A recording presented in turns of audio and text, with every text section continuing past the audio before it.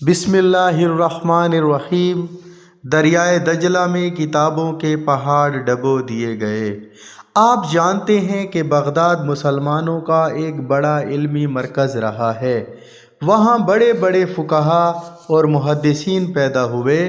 علم کلام، علم فقہ، منطق، ریاضی اور کیمیا پر اتنی کتابیں لکھی گئیں کہ کتب خانے بھر گئے۔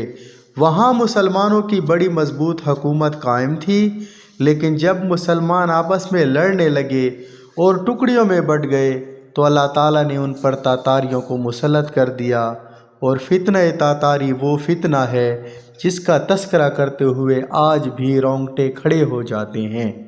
ہلاکو خان کی فوج کے ہاتھ سے بغداد اور اس کے مضافات میں 1,06,00,000 مسلمان قتل ہوئے۔ انہیں گاجر مولیوں کی طرح کاٹ دیا گیا۔ شاہی کتب خانے کی کتابیں دجلہ میں پھینک دی گئیں۔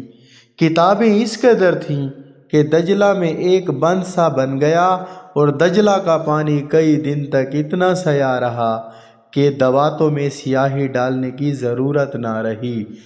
کہا جاتا ہے کہ مسلمان کے دل و دماغ پر تاتاریوں کا اس قدر رعب چھا گیا تھا کہ اگر ایک تاتاری عورت مسلمان مرد کو بازار میں روک لیتی اور کہہ دیتی کہ تم یہیں ٹھہرو، میں گھر سے تلوار لے کر تمہیں قتل کرتی ہوں، تو اس مسلمان پر اتنا خوف چھا جاتا کہ اسے وہاں ایک قدم اٹھانے کی جرأت نہ ہوتی، اور عورت اسے قتل کر دیتی۔